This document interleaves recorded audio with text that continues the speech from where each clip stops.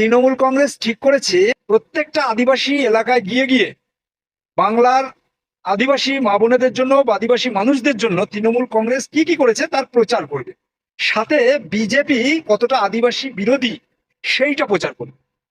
তো আমি সেখানে একটা কথা শুধু বলতে চাই যে আপনাদেরই একটা নেতা, তৃণমূলের নেতা, আদিবাসী একজন রাষ্ট্রপতি, তার সম্পর্কে কি বলেছিলেন একটু শুনে নেওয়া যাক।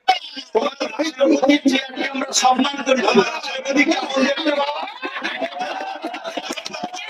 এই কথার পরেও আপনারা মনে করছেন যে আদিবাসী সম্প্রদায়ের লোকেরা আপনাদের ভোট দেবে? যাদের চেহারা নিয়ে আপনারা বিদ্রুপ করেন, যাদের গায়ের রং নিয়ে আপনারা বিদ্রুপ করেন, তারা ভোট আপনাদের দেবে? তাদের পয়সা না থাকতে পারে, কিন্তু মান সম্মান আদিবাসীদের একটুও কম নেই। এই ধরনের চিন্তা ভাবনা যে সমস্ত পার্টির নেতাদের, তারা মনে করেন যে আদিবাসী ভাইরা বোনেরা, আদিবাসী মানুষেরা আপনাদেরকে ভোট দেবে? না, আদিবাসীরা তৃণমূলকে ভোট দেবে না।